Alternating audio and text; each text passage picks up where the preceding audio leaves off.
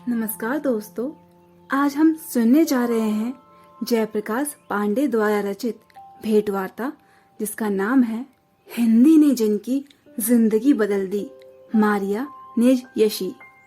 वह दिल्ली के सर्द जाड़ों की कोई आम सुबह ही थी जब जनपद स्थित हंगेरियन सूचना एवं सांस्कृतिक केंद्र की जनसंपर्क अधिकारी हर्लीन अहलूवालिया का फोन आया। हर्लीन मुझे हंगरी की एक अंग्रेज हिंदी विद्वान से मिलवाना चाहती थी, जिन्हें हिंदी में किए गए उनके काम के चलते न केवल दुनिया भर में पहचान मिली थी, बल्कि अपने राष्ट्रपति अबुल पकीर जनू अब्दीन अब्दुल कलाम ने उन्हें सम्मानित भी किया था। वह विदुषी तब चंद दिनों के लिए ही भारत में आई थी और शाम उन्हें दिल्ली से बाहर जाना था, लिहाजा सुबह 10 बजे का समय मुलाकात के लिए तय हुआ। भले ही वह महिला हिंदी के चलते जानी पहचानी जा रही थी, लेकिन थी तो अंग्रेज, लिहाजा उन्हें पूछे जाने वाले सवालों की फहरिस्त तैयार करते वक्त हिंदी के साथ साथ अंग्रेजी का भी ध्यान रखा कि क्या पता कब संवाद के लिए इसकी जरूरत आ पड़े। आश्चर्य था, अंग्रेजी के सवालों की जरूरत ही नहीं पड़ी। सुबह 10 बजे जब अपने फोटोग्राफर के साथ मैं हंगेरियन सूचना केंद्र पहुंचा, तो हर्लीन अपने कार्यालय काम में व्यस्त थी। हमें स्वागत कक्ष में बैठने को कहा और उस समय हम बैठकर अभी गर्मा गर्म कॉफी की चुस्कियां ही ले रहे थे कि एक भद्र अंग्रेज महिला आ पहुंची। उन्होंने अभिवादन की शुरुआत हाथ जोड़कर नमस्ते से की, फिर क्षमा याचना की कि दिल्ली के व्यस्त यातायात के चलते वह समय से नहीं पहुंच सकी। हर्लीन के आने के चंद मिनट बाद ही हम बातचीत में इतने मशगूल हो चुके थे कि औपचारिक परिचय की जरूरत ही नहीं पड़ी। वह डॉक्टर मारिया नेजयशी थी।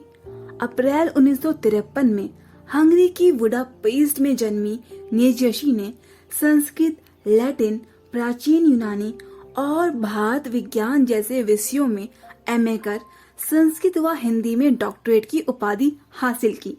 यूरोप हिंदी समिति की उपाध्यक्ष और यूथ वोस लॉरेंट यूनिवर्सिटी में हिंदी की विभाग अध्यक्ष के तौर पर अकादमिक गतिविधियों से जुड़ी नेजयशी ने 3 दर्जन से भी ज्यादा किताबों का हिंदी से हंगेरियन व हंगेरियन से हिंदी में अनुवाद किया। हमारी बातचीत के बीच छठे विश्व हिंदी सम्मेलन व जॉर्ज गेसन सम्मान से सम्मानित नेजयशी को भारत, यहाँ की भाषा, यहाँ के लोग, यहाँ के शहर, यहाँ की फिल्में, यहाँ का साहित्य, यहाँ की राजनीति और यहाँ की संस्कृति कैसी लगती है। उनका खुद का बचपन कैसा था, उनका खुद हिंदी से जुड़ाव कैसे हुआ, जैसे तमाम सवालों से होकर गुजरना पड़ा और सभी के जवाब उन्होंने बिंदास अंदाज में दिए। लेकिन नेजयशी ने बातचीत की शुरुआत शिकायतों से ही की। उनका कहना था कि भारत बहुत बड़ा देश है, यहाँ की परंपरा बहुत समृद्ध है, पर यहाँ के फिल्म वाले इतनी छोटी छोटी बातों पर झूठ बोलते ही नहीं, बल्कि झूठ दिखाते भी हैं कि उन्हें देखकर दुख होता है। आप फिल्म हम दिल दे चुके सनम को ही ले लीजिए। इस पूरी फिल्म की शूटिंग हंगरी में, यूं कहिए कि हमारे शहर बुडापेस्ट में हुई थी, पर फिल्म में उसे इटली का शहर बता दिया गया। इस झूठ की जरूरत ही क्या थी। यूं यह उस धरती के साथ नाइंसाफी है जिसके हुस्न को अपने कैमरे में कैद कर पर्दे पर दिखाया, पर दूसरी जगह दूसरा बता दिया। नेजयशी की इस शिकायत का कोई जवाब देते नहीं बना, लिहाजा यह कहकर कि हम आपकी बात हम दिल दे चुके सनम देखने वाले सभी दर्शक तो शायद ना पहुंचा पाए, तो अपने पाठकों तक जरूर पहुंचा देंगे ताकि उन्हें सच्चाई का पता चल जाए, क्षमा मांग ली। उसके बाद हिंदी से उनके जुड़ाव के बारे में मैंने जानना चाहा तो वह जैसे अपने बचपन में लौट गईं। हंगरी में संयुक्त परिवार की सोच नहीं है, पति पत्नी व बच्चे। बच्चे भी केवल 20 साल की उम्र तक ही माता पिता के साथ रह सकते हैं। कुल मिलाकर कहूँ तो एक इकाई का छोटा परिवार। तकरीबन 30 साल पहले मेरे माता पिता का तलाक हो गया था। दोनों ने दूसरा विवाह कर लिया है। आज मेरी माँ की उम्र 81 साल है, पर वह अकेली रहती हैं। मेरी मौसी 86 साल की हैं, वह भी अकेली रहती हैं। वे दोनों इस उम्र में स्वायत्त हैं। मैंने भी शादी नहीं की। काम व शादी में से एक को चुनना था। बच्चे, पति व परिवार के साथ मैं नहीं कर पाती जो आज कर रही हूँ। मैंने हिंदी के लिए अपना जीवन समर्पित कर दिया है। दरअसल मेरी जिंदगी के शुरुआती 20 साल बहुत छोटी सी जगह पर बीते। मैं बचपन से ही इंसानी जीवन के शुरुआती दौर को जानने के लिए ललायित थी। इसलिए मैंने ग्रीक, लैटिन, यूनानी और संस्कृत भाषाएं पढ़ी। एमए की पढ़ाई के बाद मैं एक प्रकाशन संस्थान से भी जुड़ी। उस दौरान हंगरी में केवल 1-2 सज्जन ही हिंदी जानते थे। मेरे प्रोफेसर ने मेरी रुचियों को देखकर मुझे हिंदी पढ़ने के लिए प्रेरित किया और एक बार जो मैं इससे जुड़ी तो जुड़ती ही चली गई। 1985 में मैं पढ़ाई के सिलसिले में पहली बार भारत आई थी और यहाँ 10 माह तक रुकी। एक लड़की जिसने घर से कॉलेज की 4 दीवारी ही देखी हो, उसने हिंदी की बदौलत पूरी दुनिया देख ली। आज मैं वियना में पढ़ाती हूँ।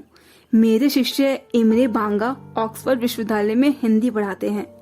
इंग्लैंड के हिंदी के तमाम जानकारों के बीच एक हंगेरियन का हिंदी पढ़ाने के लिए चुना जाना कम बड़ी बात नहीं है।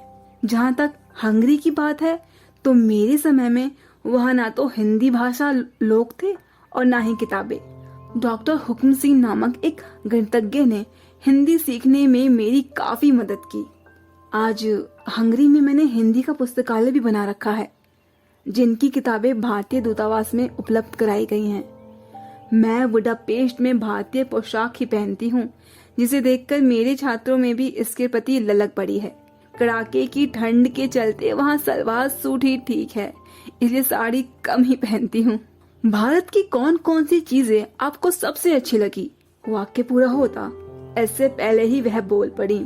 यहाँ के मानवीय संबंध मुझे सबसे अच्छे लगते हैं। मेरे खुद के ढेरों रिश्ते यहाँ पर हैं, जो सालों साल से बरकरार है, पिता, भाई व दोस्त की तरह।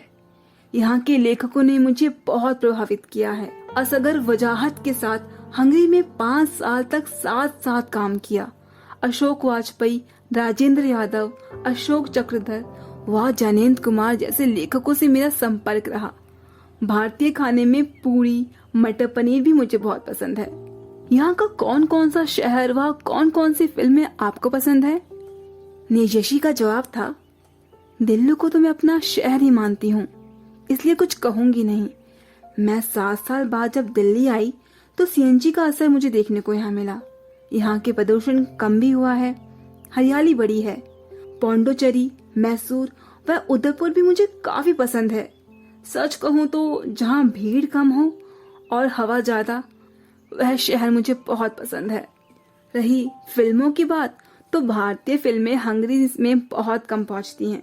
वैसे भी पूरे हंगरी में केवल 500 ही हिंदुस्तानी हैं। 10 साल पहले तो यह केवल 50 ही थे। जहाँ तक मेरी बात है तो मुझे फिल्म उमराव जान काफी अच्छी लगी। नसीरुद्दीन शाह व शबाना आजमी मुझे बहुत अच्छे लगते हैं, शायद इसलिए कि यह कला फिल्मों से जुड़े कलाकार हैं। मनोरंजन की जरूरत तो इंसान को कभी कभी पड़ती है, पर कला फिल्में जिंदगी का हिस्सा है। आप इसे मुंह कैसे मोड़ सकते हैं? धर्म और राजनीति के बारे में नेजशी के ख्याल पूरी तरह से तार्किक है। उनके मुताबिक मैं हर तरह के मंदिर, मस्जिद व चर्च गई, पर मैं ना इधर की हूँ ना उधर की। मैंने धर्म के बारे में काफी कुछ पढ़ा है और मैं इसके हर रूप से परिचित हूँ, लेकिन हर धर्म का आदर करते हुए भी मैं किसी एक धर्म को नहीं मानती। रही राजनीति की तो चूंकि मैं समाचार पत्रिकाएं पढ़ती हूँ, खबरिया चैनल देखती हूँ, इसलिए इसके बारे में थोड़ी बहुत समझ है। दरअसल हंगरी में रहकर आप राजनीति के प्रभाव से बच नहीं सकते हैं। वहाँ पिछले 15 सालों में काफी बदलाव हुए हैं, लेकिन भारत की राजनीति को समझने के लिए पूरी जिंदगी चाहिए। नेजशी से आखिर में आधुनिकता को लेकर उनके विचारों के बारे में मैंने पूछा। अचरज यह है कि उन्होंने आधुनिकता से असहजता जताई। उनका कहना था, बहुराष्ट्रीय कंपनी का प्रभाव इतना अधिक बढ़ गया है कि जगह की, सामान की खासियत और विविधता में खत्म हो गई है। हर जगह फास्ट फूड, एक जैसे साबुन, एक जैसा पेय, एक जैसा शैम्पू, ये सब क्या है?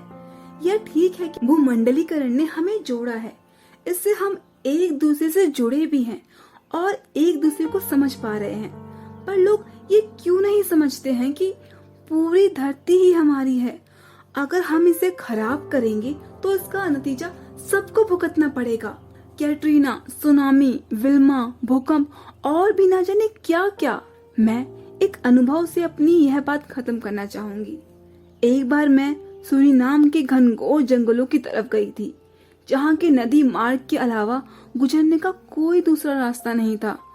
हमने नाव पकड़ी, काफी अंदर तक गए, यानी उस इलाके तक गए जहाँ तक आबादी नहीं थी, बस्तियां, कल कारखाने नहीं थे, उद्योग धंधे नहीं थे, पर वहाँ भी प्लास्टिक से बनी पानी की एक बोतल तैरती हुई मिली।